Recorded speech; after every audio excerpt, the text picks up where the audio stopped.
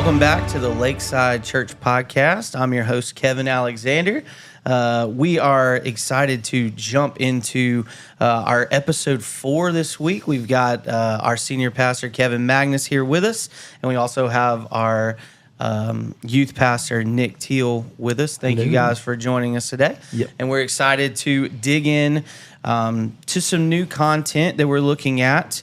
And our series that we'll be looking into in the future here is Unshaken, where we're looking at living in Babylon without losing who we are, and looking at that through the story of Daniel and how their culture was changed by the Babylonians, and how culture changes us as we speak. So as we're jumping in, we were talking earlier about how there are things that we used to buy into, or like trends that we used to follow when we were younger, that we look back on now and think are absolutely absurd. And the thing that I have been seeing come back, it's a fashion thing. It's not my thing. When we were young, the Jinko jeans, like the big leg jeans and big leg pants.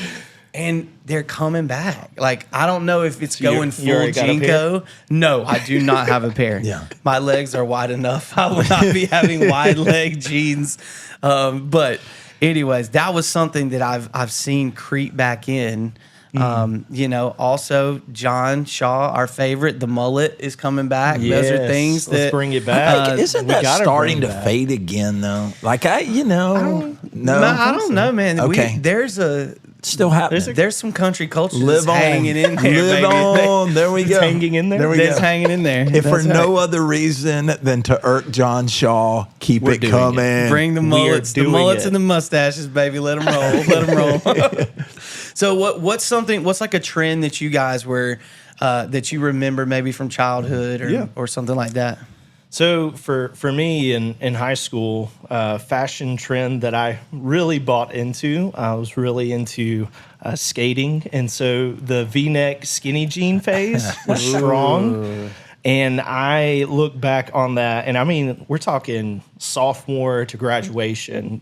I was in skinny jeans and V-necks and, Vans and the audio shoes, and could not skate, but was still in the trend. Like it. Could barely fit into the skinny jeans. They were so tight, and no way I would ever go back to that. It was a season. I feel like I need to sing. He was a skater boy. See you later, boy. No, Yes. That's good. Yes. Oh, man, I remember that. I need nothing else to show how skinny I am. Yeah.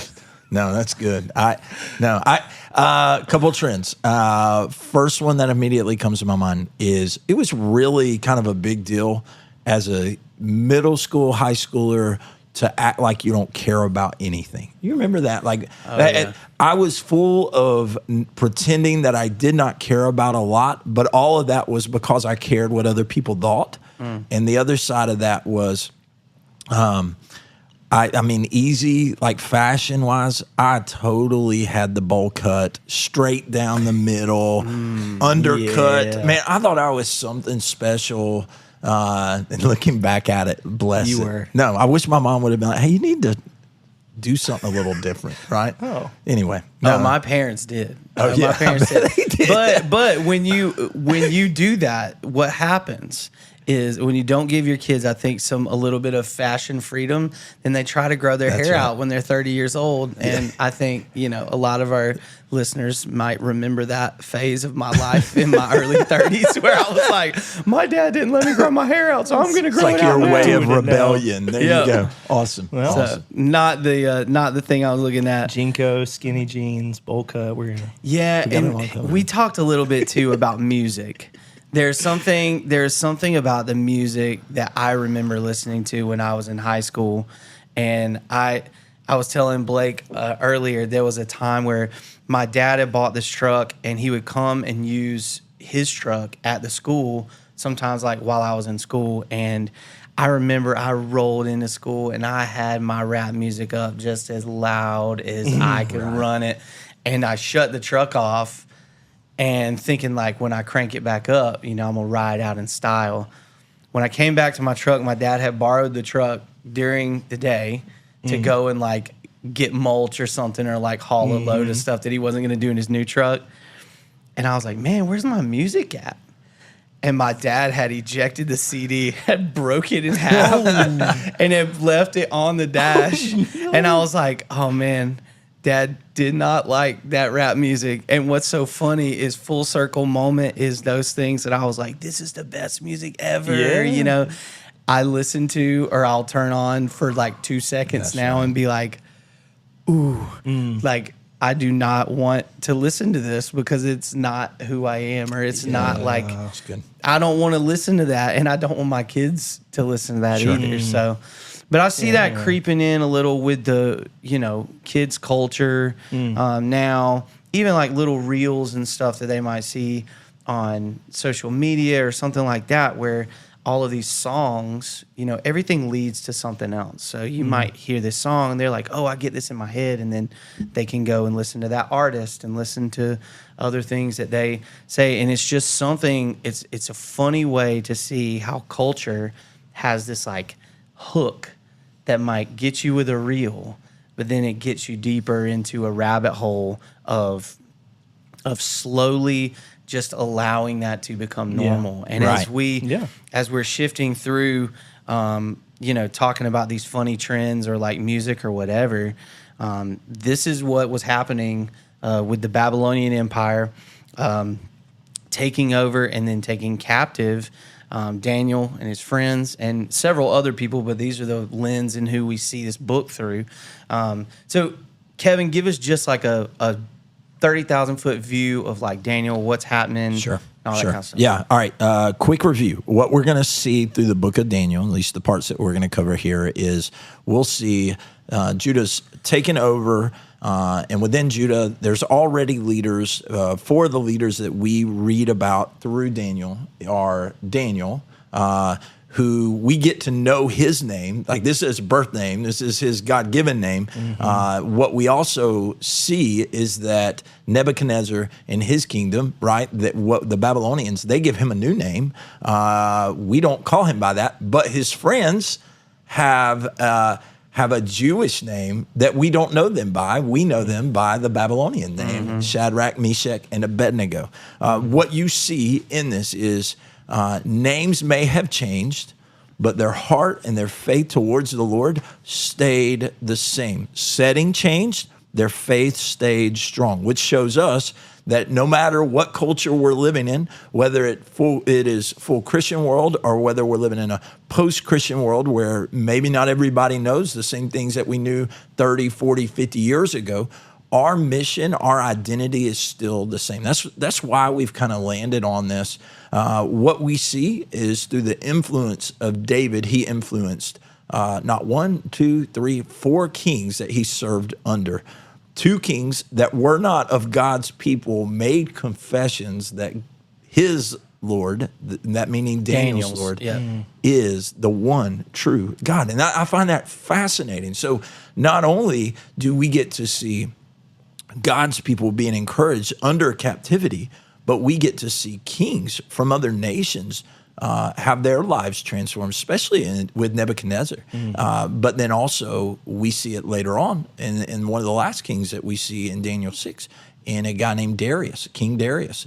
And the idea, what we see from there in Shadrach, Meshach, and Abednego as well, is that their faithfulness ends up pouring into a king who pours into his kingdom. And I think no matter where we are, our faithfulness stays the same no matter the setting. That's kind of where we've kind of gotten to see all of this. So settings may change. People may try to change your name, try to change who you are. Yeah. But we are God's people. We are the Lord's. We belong to Christ. Therefore, we are Christ's followers. We follow his lead over our own. Yeah. And so I thought that the Babylonians did a takeover very differently, right? So you were talking about how they gave them different names. They basically immersed them in their culture. They educated them the way that they wanted to be educated, wanted them to be educated. And so it was this idea of like slight pressure over time instead of like this forceful oppression immediately. And, So and good that was for something, today. oh man. And so I guess the next question I'll ask is, where do we see that in our culture? Where's the small pressure? Where's the thing that's just slowly shifting, that's slowly prodding us to a different place? And maybe even Nick, no pressure. Yeah. But as being the youth pastor, where's that happening? Where's that happening for youth? And then as adults, as dads, where is that happening for us as well? Yeah, it's very clear for teenagers, and I would even say for all of us. Social media has a really big pull, and I know for everyone listening, you've probably heard that. You probably know that. You feel that tension in your own life, that there's things that you see that you feel like you have to emulate. So like for Jess and I, when we're sometimes in the reels and scrolling through, we see families that are doing stuff to their homes, and we go, well, I feel like I need to do that now, right? And it's not like things that are needed. It's just wants. It's more wants to do the next thing. And for teenagers, I mean, we know the feeling of being in school and the fads, like the trends that kind of come through, and you're a part of it or you're not, right? And for teenagers, they're constantly being bombarded with, they have to look a certain way, they have to act a certain way, they have to do certain things so that they'll be accepted, so that they'll belong. Mm-hmm. And the pull of that is so heavy from social media, because they see all these people who seem to have their lives put together. But if you were to put the phone down, which I'm sure all of these influencers do, life isn't perfect. It's not perfect in their life, even though Instagram shows it, or Facebook shows it. That's right. Is that it's not perfect, and it's full of hardship. But yet what they constantly see are these perfected images of what they feel like they need to be. And because of that, they doubt who they are. They doubt their identity. Like, who am I now because I'm not what this influencer is or does? That's great. Who should I be because I'm not doing the same things my friends are doing in high school? Like, as a Christian, there are things that God has called us to do, to honor him, to please him. And yet for us, we see it all the time. There's ways of the world that says, oh, no. It's not as fun to do what God calls you to do. It's not as easy to do what God calls you to do. It's difficult. So just do this. Just act like this. Just say these things. And the pull of that is so heavy that we're so confused about who we are created to be, because we constantly have that distraction of the world with teenagers. And for us as adults too. It's in the workplace. Yeah. It's in our community. It's on the news. It's in Netflix and the shows that we watch, that, relationship dynamics. I don't want to go too heavy into, all that stuff, but identity, we just get it, the blurred lines. Yeah, it's good. And that tipping point kind of that you were saying there is social media. It's something that's very different. We have all existed without it before, but now are completely immersed in it. And, I'll throw this to the senior pastor, but like the other thing is, because every organization, be it a business or a school, it exists within it as well, right? Like, so what are your socials look like for your school, or what are your socials look like for your church? And so there are even trends that push us as a church that says like, oh, well, if we see, if there's more people that get to see our content this way, then maybe we should do it. And we've struggled with that as a church too, is like, how cutting edge do we go? How familiar? And like, I mean, we are a church that is a small church that is not small anymore. Right. And how we got as big as we are now and how we will continue to grow will be different as well. So there's a certain pressure even with culture that puts on us as a church. So Kevin, how do you navigate that as a leader? How do you navigate that as a person, as a dad, husband, everything? That was not in the questions. It was not. But let's go for it. So here's what comes to my mind. Everything has to come through humility. Whatever you are humbled to, whatever you're willing to sacrifice your life down to ends up shaping you, right? And so whether that be, I guess to answer your question, are we going to be more about growth, or is Christ going to be seen in the growth? And how do we get there? And so I think one of the things that I at least attempt to lead from is this place of authenticity, and hopefully out of humility. If humility is not seen where I am following Christ, and that's out of alignment, then the things that we do get missed, right? Like, I guess this comes back to the mission. How do we stay humble? We have to know what our vision and mission is. Our vision as believers comes back to Matthew 28, to go and make disciples. How can I best make disciples? In the best way that I know God created me.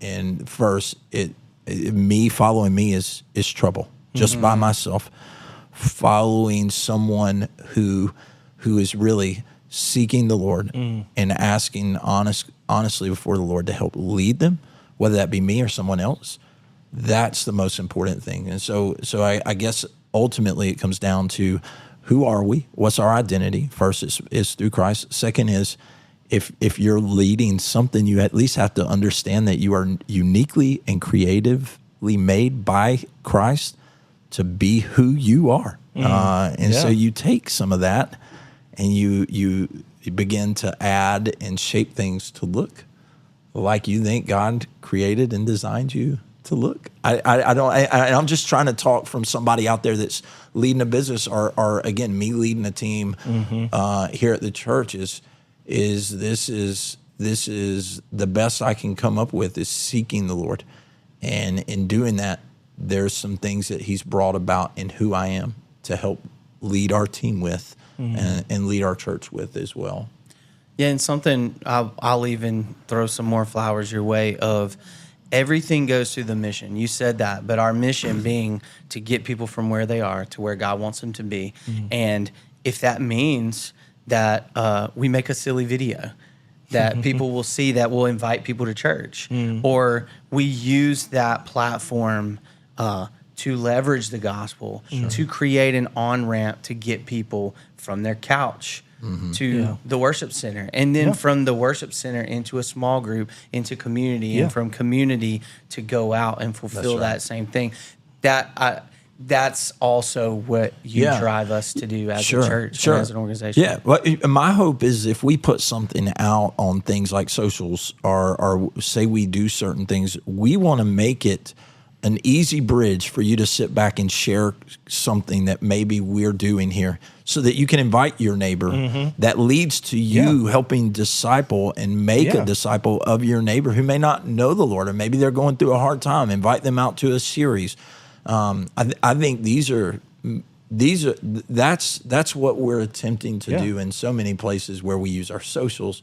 When we sit back and we design sermon series and things like that, a lot of that's coming when we all sit at a table with our team and we say, hey, what's the Lord showing and revealing to you?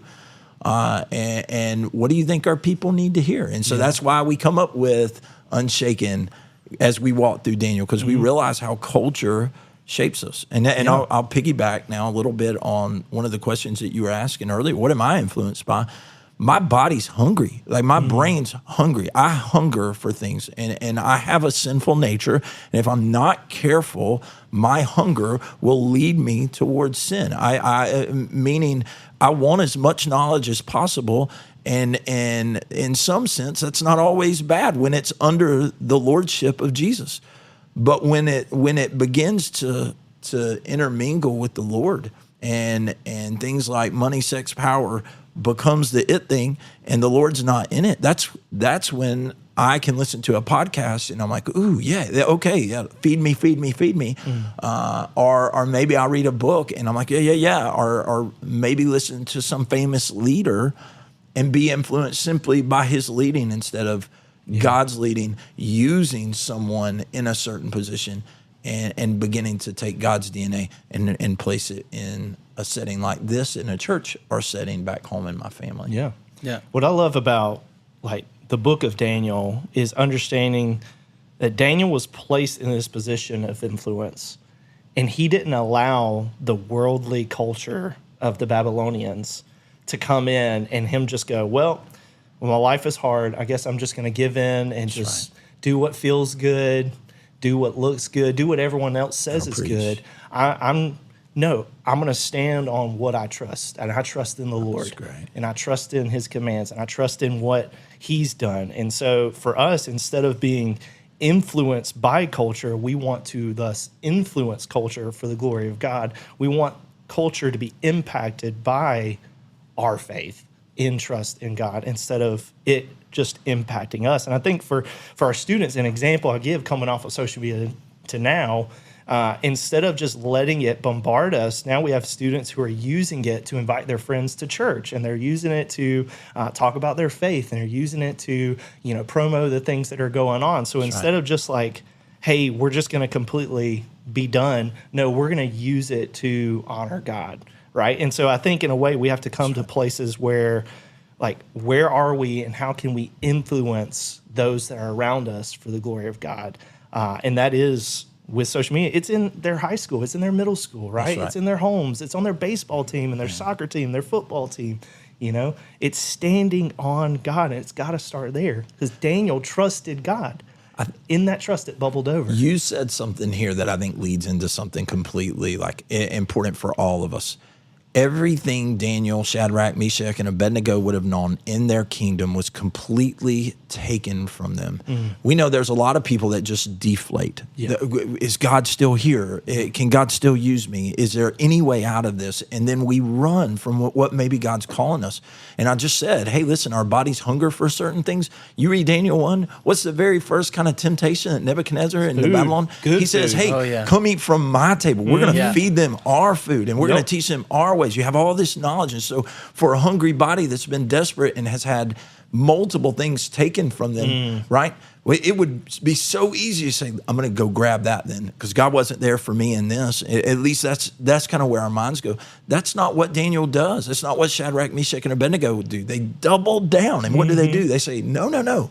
Our identity is in Christ or is in the Lord. And because of that, listen, kingdoms are influenced and not even their main kingdom. Yeah, man. Yeah, absolutely. Well, and you were talking about one of the tests that the guys did, Daniel and the boys, if we will, was we're not going to eat like you are, but come back and check on us, and we'll show you that we are in better condition. We're in better shape than you and your people are. And so, but two things about that.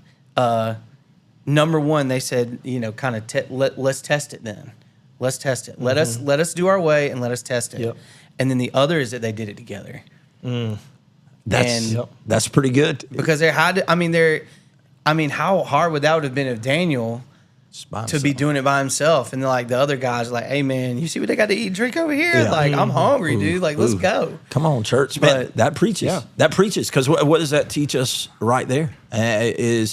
Is listen, there's something about doing this life together. Look, when everything, we know this, Jesus tells us, this world will be hard. Oh, yeah. That's it.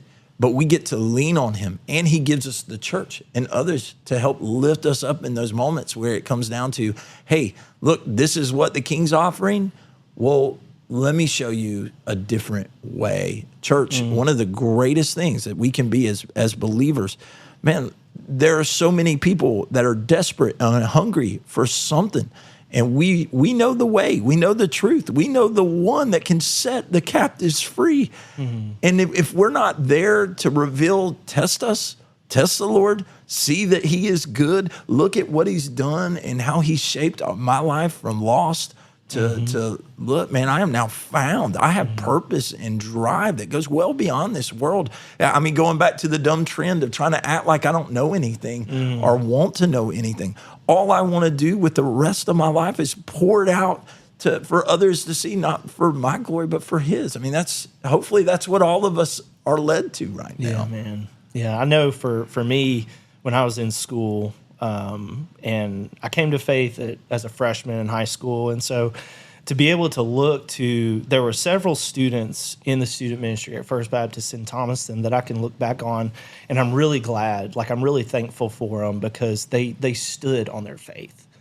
And I don't know if, listeners, us here, like if you've been around somebody that unashamedly loves Jesus and talks about him, like unashamedly, when they walk into anywhere, the atmosphere changes because they love the Lord so much and they love people so well that it's not like, hey, I'm blending in.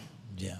No, I'm going to stand on the love of God. Stand on business. When it's hard, like when it's difficult, when it's That's right, man. all of these things, and they change the atmosphere of the youth group because of their faithfulness to God. That they didn't want to just be just the one that sits in the chair and doesn't act on faith. You just sit in the chair, you just get through high school. We get, back then it was, you want to graduate, move towns, go somewhere else, do something else, go to college, whatever. Yeah. And man, they loved Jesus so much. They knew one of the biggest mission fields was their high school, is their middle school. That's right. Right? And they stood on that. And they loved people. And they served people. And they shared the gospel with people. And I was one of those. Like, I know I shared this last podcast. I wouldn't be here today if it wasn't for David, who was a student in that student ministry, who loved Jesus and shown it through his actions on the baseball field. To where me, Nick, an unchurched, knew nothing about God and could care less about Jesus, saw it and went, he's different. He's different. That's right. And he invited me to church, and I realized why he was different. It was because of Jesus. It was because of Jesus. He impacted me instead of letting culture make him blend in.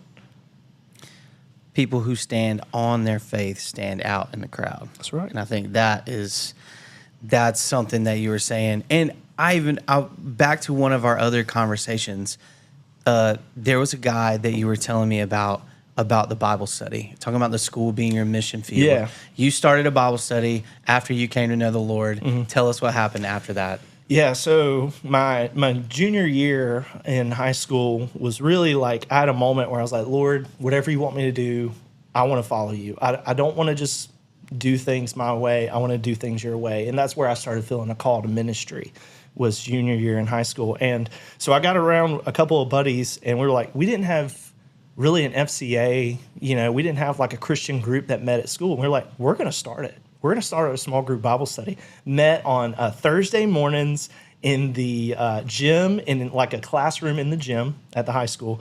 And it was at like 7:30 or 7:20 each Thursday. And we would just do like a small Bible study. We just read scripture, pray together, right? And by the end of my senior year, we had like 15, 20 people, something like that. And it's not about numbers. It's about changing people's lives, telling them about Jesus. But it was just really cool to see a group of Christians gathering together in school. And when I graduated, there was a sophomore. His name is Jordan. And he loved Jesus, and he loved Jesus so well. And he was so outgoing, and he served so well, and just lived his life like for the glory of God. And I was like, all right, Jordan, I'm going to pass the torch to you. I'm not going to be here anymore. I'm, graduated.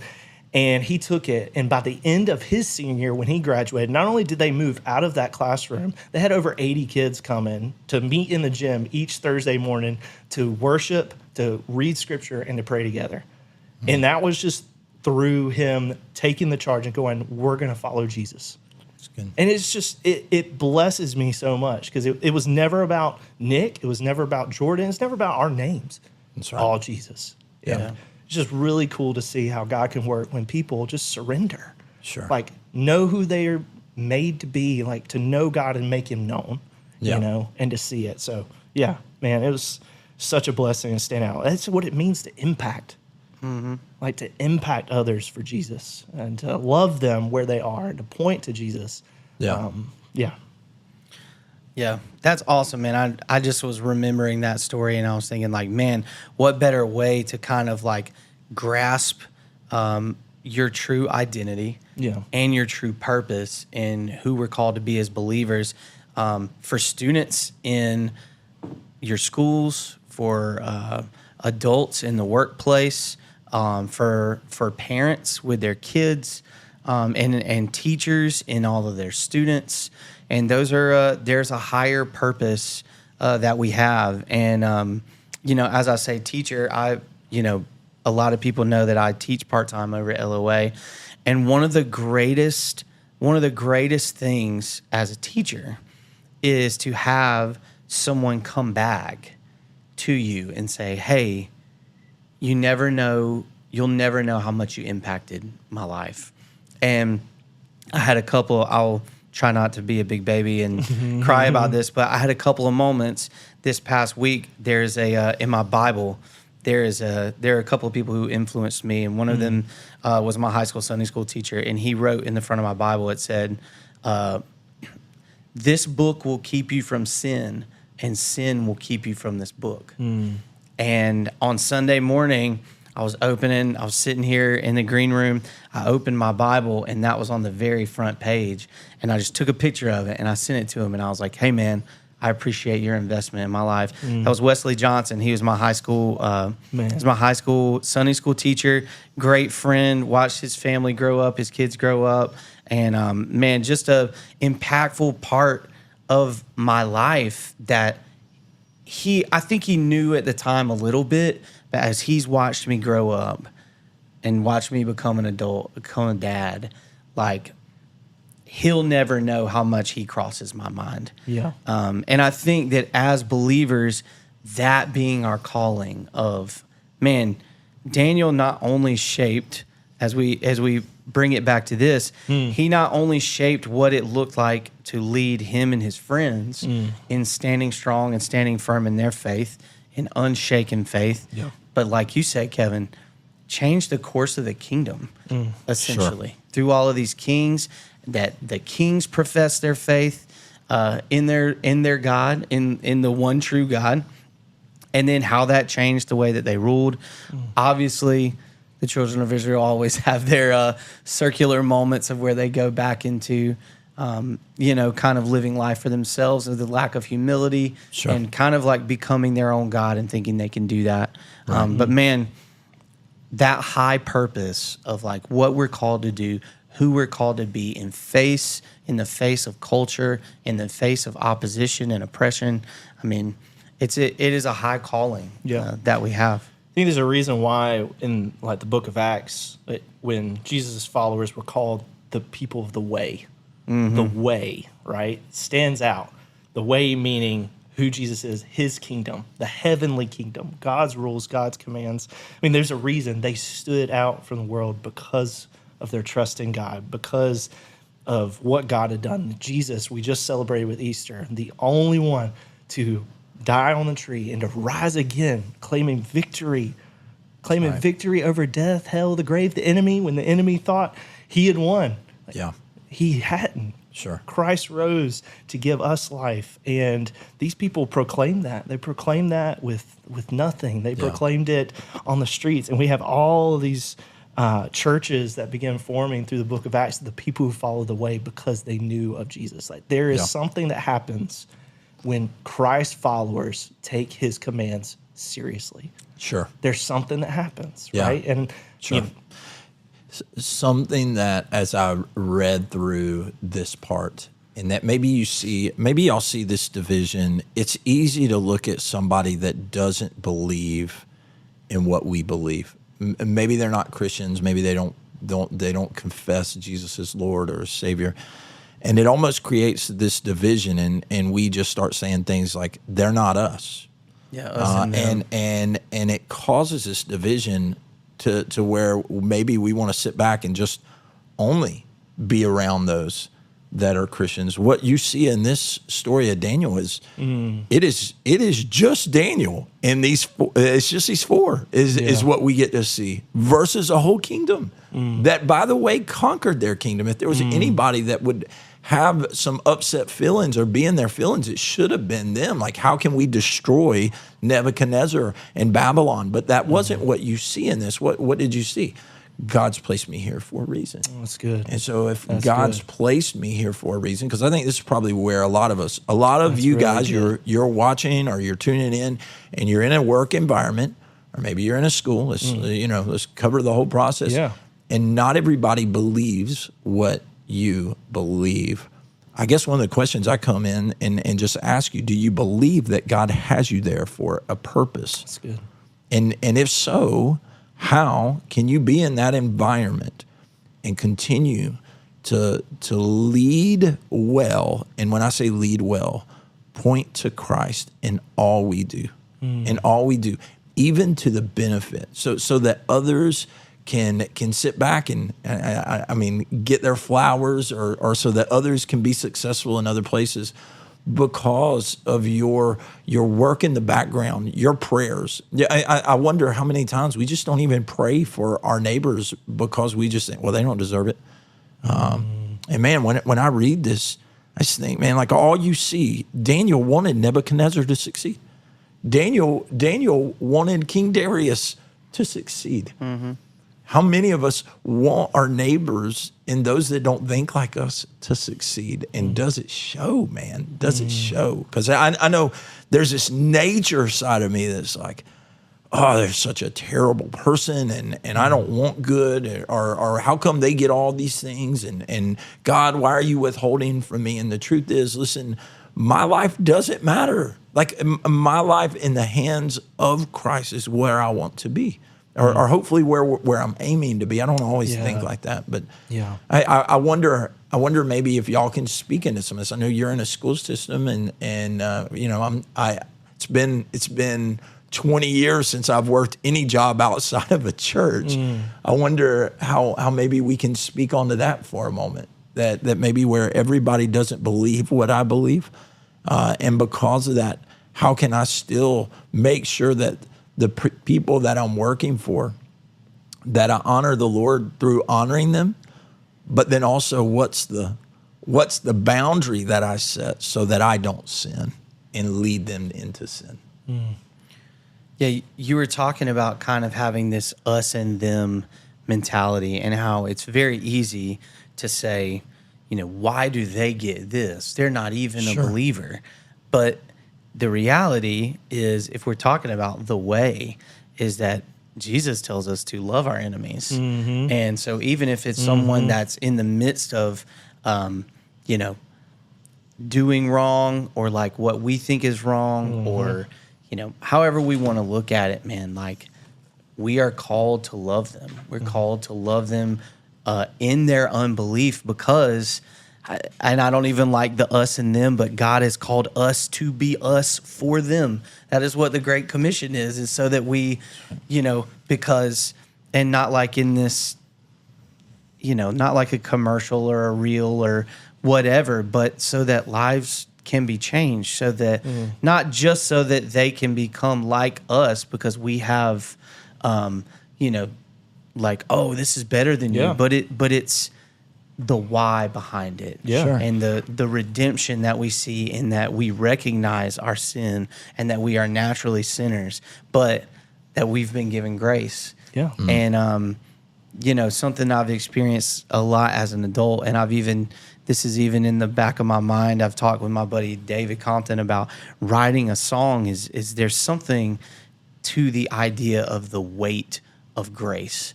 And when you have recognized the weight of your sin and the redemption that we have because of Jesus and what he did on the cross and through the resurrection, and that he calls us friend, and not just like he's our father that's going to punish us if we do wrong, but he's our Savior and our Father who is hitching up his robe to come and run after us when the prodigal comes home. You know, as a spectacle of the town, our Father is running to us saying, my son or my daughter is home.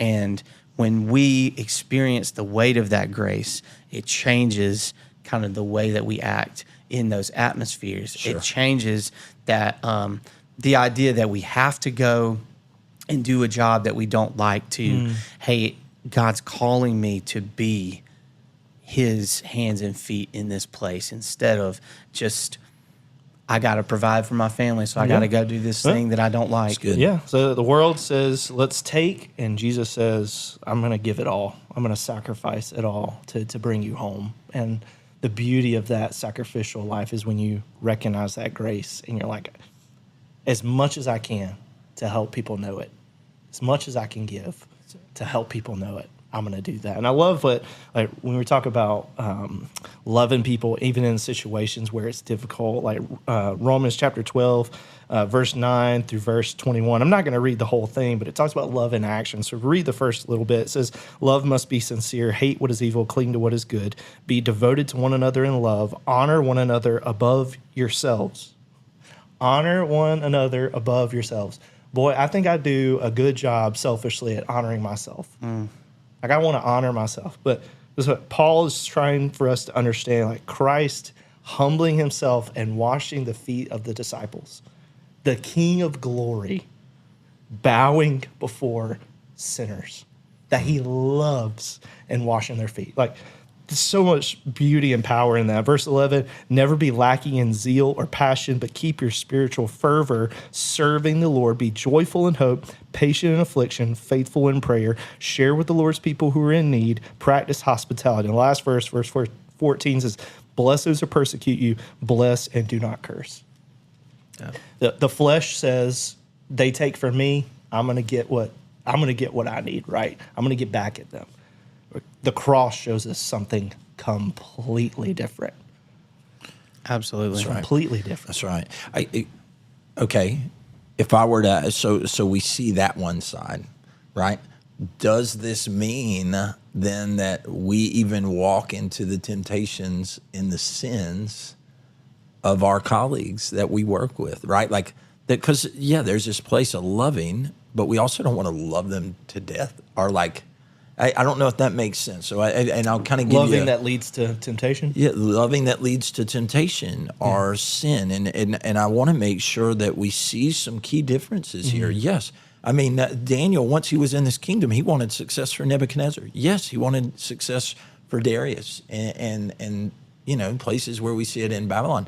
But in doing so, he did not always withhold what was true, right? Like there were moments where he spoke up and boldly professed, I cannot do this. Yeah. Right? Even if it would cost us. And I think we see this a couple times, not just with Daniel, but we see it with Shadrach, Meshach, and Abednego. Yep. And so, let's kind of hear from you guys on that. Yeah. Like, how do I not stay divided? And then at what places maybe do I have to step in and just say, hey, I love you, but I just can't go there with you. Yeah. Something that when you were talking about Daniel, what we don't see in Daniel, I don't believe, is Daniel doesn't come in and go, I'm Daniel and I'm not doing your 1, 2, 3 things. He comes in and he follows suit. He does what he's supposed to do he goes to work every day. He's on time every day. He's the number one guy that the king wants. He's interpreting his dreams. He's working his way up this ladder. Yeah. But when those things conflict, his faith, that's when his faith is unshaken. That's when he's and it's not a proud, haughty, arrogant following of my Lord's better than your Lord, or my dad can beat up your dad. But it's like, this is where I have to step back. And I think that within the workplace, within relationships, I think that is the best.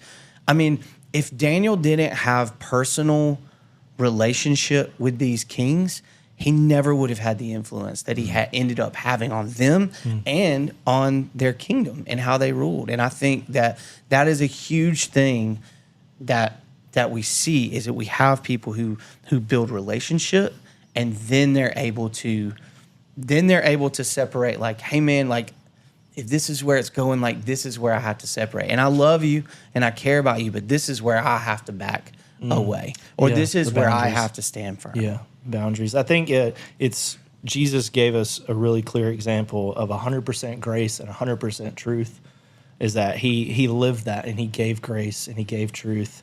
And I think we do have to be careful where we compromise, like understanding where that compromise falls, because Daniel does show us that he did show up, but he had very clear, I'm going to follow God's commands. I'm going to trust the Lord. I'm going to live in his commands. And that non-compromising was impactful. It influenced. Yeah. It influenced the king. It influenced the court. It influenced the kingdom. Yeah. And so I think we have to be very aware of where am I putting myself in a situation that I know I'll be tempted? Yeah. Yeah. I know I'll be tempted to walk away from Jesus. I'll be tempted to be distracted, to fall into something.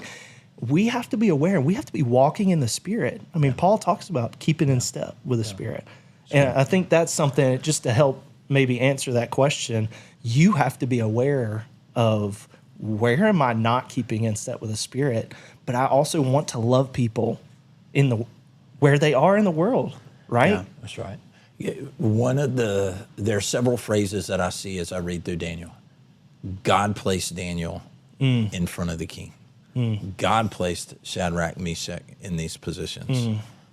And the king may have thought that he was about to take these things away from them. And as a matter of fact, Shadrach, Meshach, and Abednego, if you know the story, king wanted them to bow down. They refused to do it. Right. And why? Because of what they were doing behind closed doors on their knees to the Lord, going before him. You see it again later on with King Darius and Daniel.